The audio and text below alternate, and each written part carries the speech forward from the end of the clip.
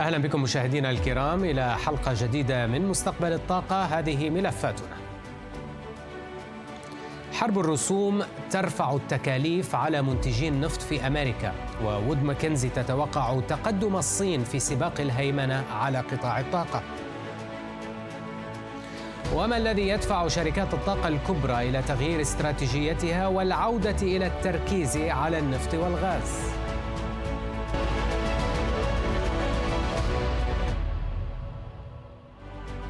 تقرير يقرع ناقوس الخطر بأن الصين قد تتفوق على الولايات المتحدة في سباق الطاقة العالمي، وهذا بسبب الحرب التجارية من ناحية والتفوق الصيني في صناعات الطاقة النظيفة. هذا على الأقل ما تحذر منه دراسة صدرت مؤخرا لشركة استشارات الطاقة وود ماكنزي، نشرت بعد خلاصاتها صحيفة الفاينانشال تايمز. تأثير حرب الرسوم على قطاع الطاقة يأتي من قنوات متعددة، من أهمها أن الرسوم ستجعل من الصعب على منتجي النفط الأمريكيين المنافسة في أكثر الأسواق جاذبية، أي السوق الصيني بحسب وود ماكنزي، فيما تجد الولايات المتحدة نفسها متأخرة عن الصين في العديد من تقنيات الطاقة النظيفة مثل بطاريات الليثيوم والسيارات الكهربائية وألواح الطاقة الشمسية. لنبدأ من أسواق النفط. حرب التعرفات أدت إلى انخفاض كبير لأسعار النفط في ظل القلق من وقوع الاقتصاد الأمريكي في الركود، وهذا بحد ذاته يشكل ضربة لمنتجي النفط في الولايات المتحدة لكونه يحد من الموارد المالية المتاحة للاستثمار في زيادة الإنتاج من جهة، ويلقي بظلال من الشك على نمو الطلب وبالتالي على جدوى الإنفاق الرأسمالي. وهناك جانب آخر تؤثر من خلاله الحرب التجارية على القطاع النفطي، هو الرسوم على واردات الصلب بنسبة 25%، ما يرفع تكاليف معدات الحفر والإنتاج على شركات النفط الصخري الأمريكية بما يتراوح ما بين 5 إلى 15%. الولايات المتحدة تعيش حالياً انتعاشاً غير مسبوق لقطاع النفط والغاز، مع تسجيلها أعلى مستوى لبلد واحد في إنتاج النفط في التاريخ بما يتجاوز 13 مليون برميل يومياً.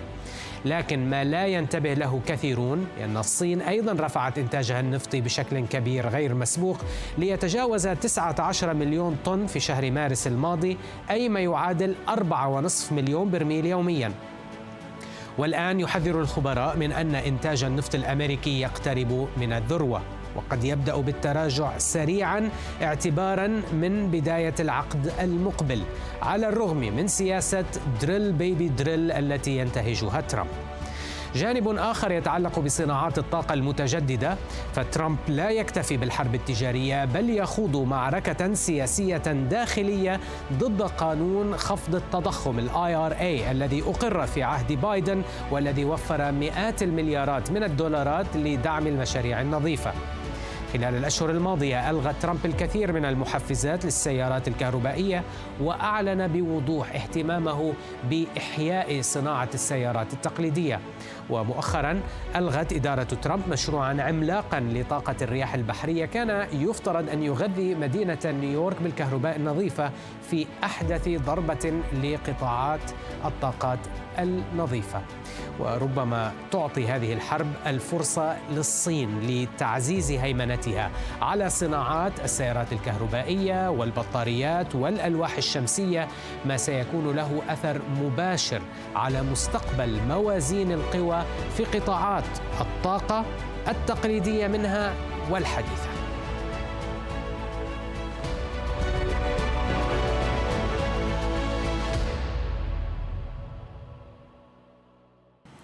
السنوات الماضية كانت كافية ليدرك العالم أن التحول إلى الطاقة الخضراء لن يكون بالسرعة والسهولة التي بنيت عليها افتراضات المستعجلين والمفرطين بالتفاؤل.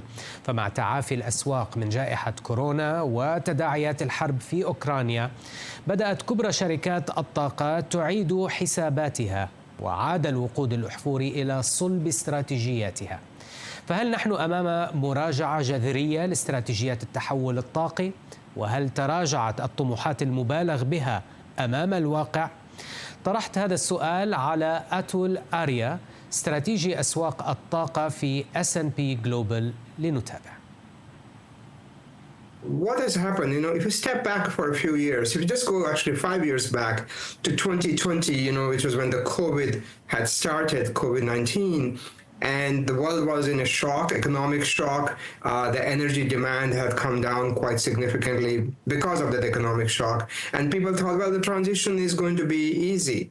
But what we are learning in the 5 years since then is, first of all, the cost of transition is going to be much higher than most people estimated. Many of the technologies are what I would call not bankable. In reality, only, 2.5 technologies, solar PV, onshore wind, and in some places, storage and electric vehicles are really bankable, meaning you can invest and make money out of that.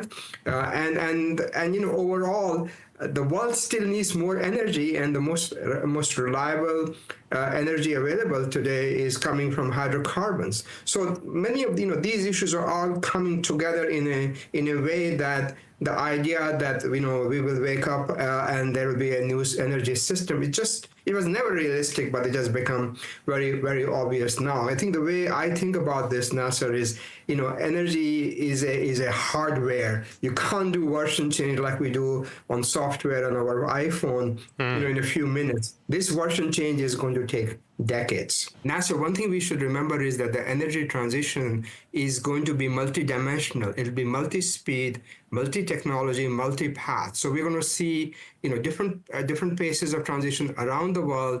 All kinds of fuels will be used, and many technologies will be used. It will not be a complete transformation from hydrocarbons to clean energies overnight. How are you seeing this reassessment impacting thus far the energy strategies and climate policies of some of the more major economies around the world? Yeah, so one interesting fact, I'm sure you know this, is that last year, majority of world's population went for elections, which is the first time in the history that, like 65% of world's population voted. And in many cases, it voted to change the government in power in many, many cases. And one of the reasons for that was the fact that cost of energy became a real big issue, and energy security also has become a big issue. So governments now are reassessing to say we need a better balance. We need to, of course, focus on climate change and thinking about going to a lower emission, energy system. But at the same time, people want more energy. It has to be affordable and it has to be secure. That is taking priority over transition, and that's why we are seeing reassessment of policies here in the U.S. And also to some extent in Europe, somewhat influenced by what happened in the previous years, particularly the war between Russia and Ukraine. But there are other factors. I would say the sheer magnitude of the cost has been a big issue. And you may remember that even before the Russia-Ukraine war, the cost of energy was becoming an issue with the protests from the yellow jacket protesters in France, where they were complaining about the high cost, and that hasn't gone away. The other factor which has happened is that if you're in places in Africa, energy transition really means transition from no energy to energy. Africa wants to probably carbonize before they decarbonize. And all of those things are leading to a reassessment of this, the way we are thinking about the future energy system. Atul, this transition reassessment seems to be in full display at European IOCs lately, with significant shifts in strategies in the last year or so at the likes of BP and Shell, pushed through by investors looking for higher returns, forcing these companies to scale back their ambitious renewables and power plans and to refocus back again on their bread and butter, oil and gas. So how do you read into these shifts? Were these companies just unlucky with the Ukraine war that caused record oil and gas prices, and unlucky with the higher interest rate environment that ate into their renewables returns? Or is there something else at play here, Atul? I would say they were actually very ambitious, right? And not just the companies you mentioned, but more broadly, the oil and gas sector. I would say that some companies, mostly in Europe, focused on a very broad portfolio for transition, right? Both looking at electricity as well as mobility, such as EVs and biofuels and so on. Whereas the US companies were more focused on what I would say molecule strategy, things like biofuels and hydrogen and carbon capture to some extent. What has happened is that this transition, again, the cost has been very stubbornly high, except for a few areas I mentioned earlier. And the companies are realizing ultimately the shareholders want returns. And if there are no returns in these businesses, you just can't continue to invest. And that is the reassessment we are seeing. And also, let's not forget, Nasser, that oil and gas demand continue to increase. We are not seeing a peaking or the plateauing of, gas demand went down a little bit, but that was because of Russia-Ukraine war. Coal demand is still continuing to increase, very small, but still increasing. So the world is really more focused on getting more energy, affordable energy, and the companies are realizing in Europe and around the world that the oil and gas business and the hydrocarbon business more broadly is not going away. And there's a lot of money to be made in that business. There is new sources of demand for energy, and that new sources of demand, and we can come back to that, like, for example, artificial intelligence, are going to be met by the current energy system. نتوقف الآن مع فاصل قصير وتابع بعده في مستقبل الطاقة. وكالة الطاقة الدولية تتوقع استهلاكاً أقل للطاقة بحلول عام 2050 وفق أحد سيناريوهاتها، فما مدى واقعية ذلك؟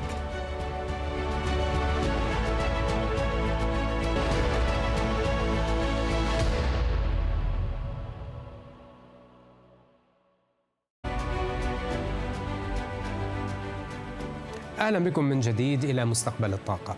سيناريوهات الطلب على الطاقة التي تعرضها وكالة الطاقة الدولية IEA في تقاريرها تواجه انتقادات أساسية لكونها تغفل وتيرة الزيادة السكانية عالميا، وحقيقة أن نسبة كبيرة من البشرية تحتاج إلى التحول من اللا طاقة إلى الطاقة قبل الحديث عن التحول من الطاقة التقليدية إلى الطاقة النظيفة. فوفقا لوكالة الطاقة الدولية بلغ إجمالي استهلاك الطاقة العالمي 445 أكسا جول عام 2023، وتشير في توقعاتها إلى أنه إذا التزمت الحكومات بتعهداتها المناخية المعلنة فإن العالم سيستهلك فقط 434 أكسا جول بحلول عام 2050. فما مدى واقعية هذا السيناريو الذي يفترض أن العالم سيستهلك طاقة أقل وليس أكثر في ظل النمو السكاني وانتشار الذكاء الاصطناعي وتزايد مراكز البيانات وغيرها من العوامل؟ طرحت هذا السؤال على أتول آريا، كبير استراتيجي الطاقة في S&P Global، لنتابع إجابته. First of all, I think that the numbers you cited, Nasser, they are kind of based on a scenario where, the emissions have to come down.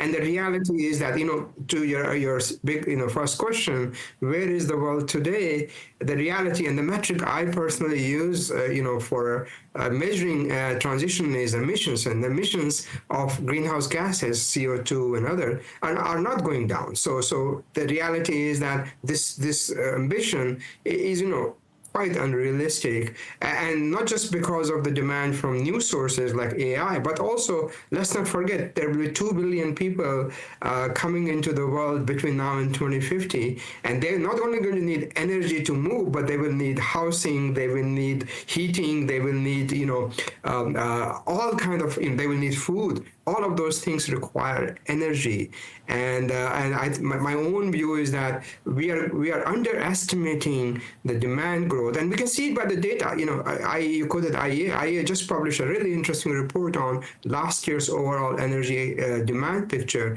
and everything is growing. The demand for energy is not coming down. And you look at places like India or look at Africa, Southeast Asia. These countries have very, very low per capita energy demand at present, they're going to need to consume more energy to go wealthier, healthier, and also to mitigate the impacts of climate change. We're going to need, ironically, more energy to do as well. So, this, I think it's sort of a bit of a magical thinking in my view, and we need a bit of a more realistic assessment. And, we have just, myself and Dan Yergin and Peter Orzag have written a paper we call the Troubled Energy Transition, where we highlight some of these disconnects, and a bit more realism, more pragmatism is needed.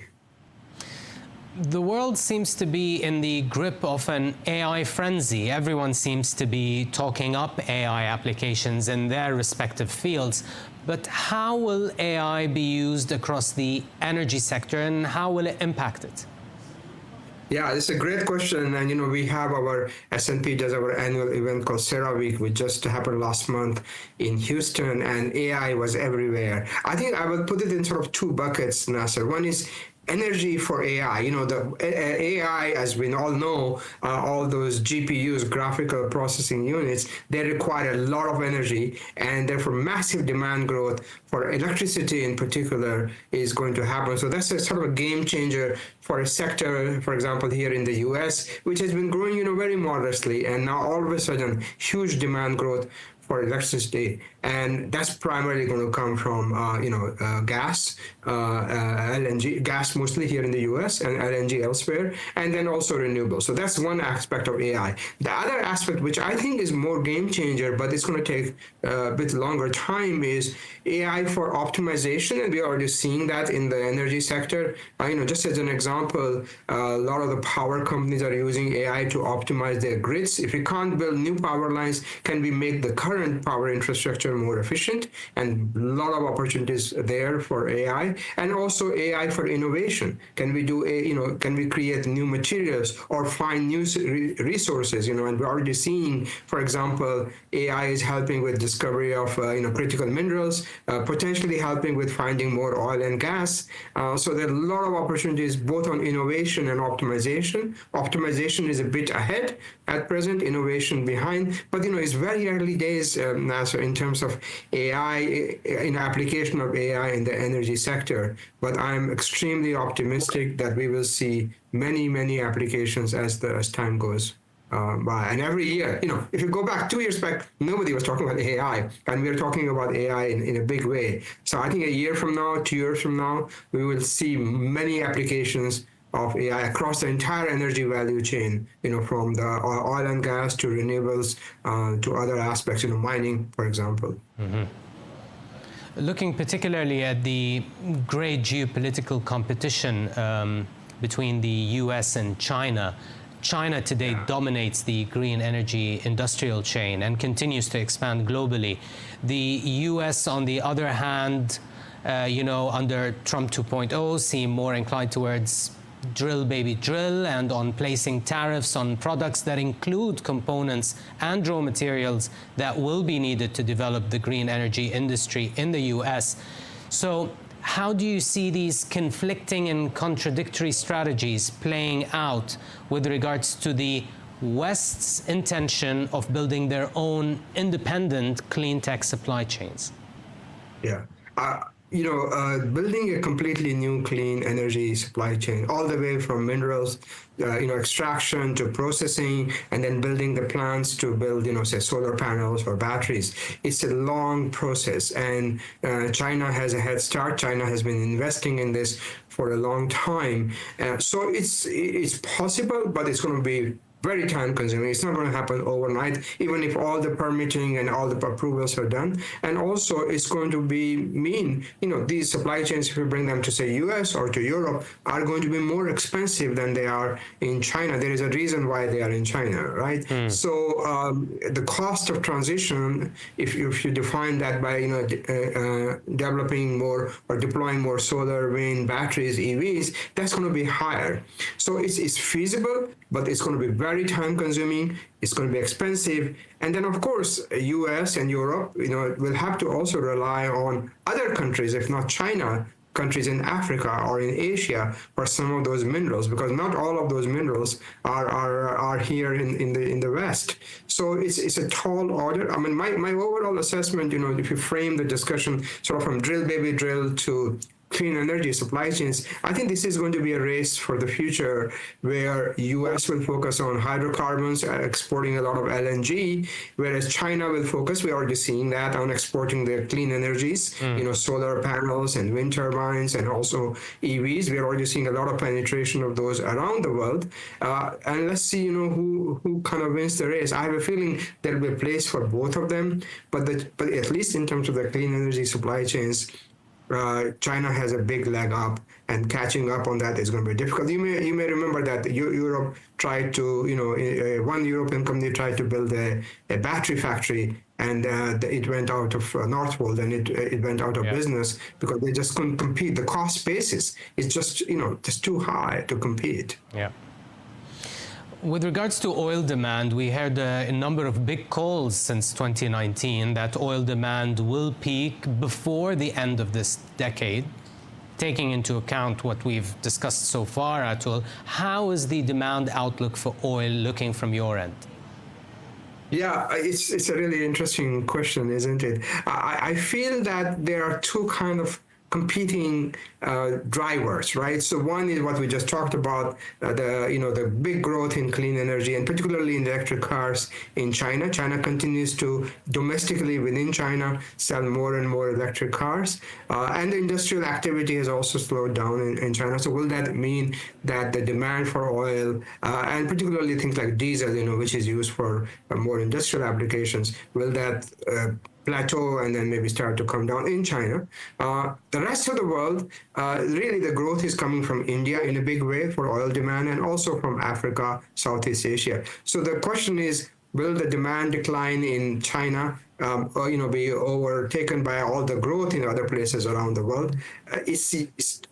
My overall assessment is that even if we see a sort of a peak, I would really call it a plateau, and it's going to be very highly variable. So we may see, 1 year the overall demand comes down a little bit. Next year it can go back up again. We are going to be in this period of sort of what we call undulating plateau for a few years before we can really start to see a trend. I wouldn't call it if demand goes down next year, I won't say, well, now we have reached the peak. I think this trend is going to take a few years to pan out. Just think about this. Everybody was talking about coal demand will peak, but then again it went up last year. So things can surprise us in this world of energy. بهذا مشاهدينا نأتي إلى ختام هذه الحلقة من مستقبل الطاقة. دائما تابعونا على منصة X تحت وسم #مستقبل الطاقة. يمكنكم أيضا مشاهدة حلقات البرنامج كاملة على موقعنا الإلكتروني العربية.net/programs. كما أيضا يمكنكم أن تشاهدوا كل الحلقات على قناتنا على اليوتيوب. نلتقي الأسبوع المقبل في نفس الموعد. إلى اللقاء.